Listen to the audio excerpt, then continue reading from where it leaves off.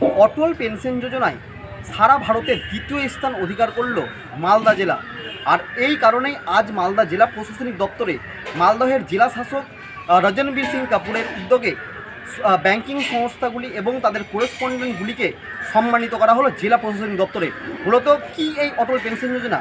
মূলত সাধারণ শ্রমিক যারা রয়েছে এবং সাধারণ মানুষ তাদেরকে এই সংস্থার এই প্রকল্পের আওতায় নিয়ে আসার জন্য উদ্যোগ গ্রহণ করে ভারত সরকারের সংস্থা PFRDA, এবং তাতে 18 থেকে 40 বছর বয়সী সাধারণ মানুষের ভবিষ্যৎ সুরক্ষার কারণে কিন্তু এই প্রকল্পটি গ্রহণ করে ভারত সরকার।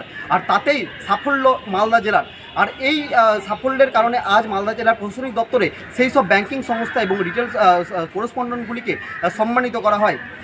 মূলত মালদা জেলা প্রশাসন জানিয়েছে, জেলা প্রশাসনের তরফে জানানো হয়েছে যে আগামীতে যাতে ভারতবর্ষে প্রথম এবং সেরার তালিকায় পৌঁছানো যায়, শীর্ষ তালিকায় পৌঁছানো যায়, সেই বন্দোবস্তই করা হবে এবং তার জন্য বেশ কয়েকটি উদ্যোগ গ্রহণ করা হয়েছে মালদা জেলা প্রশাসন এবং ব্যাংকিং সংস্থাগুলির তরফে। মালদা থেকে গৌতম অধিকারী রিপোর্ট, কলকাতা টিভি।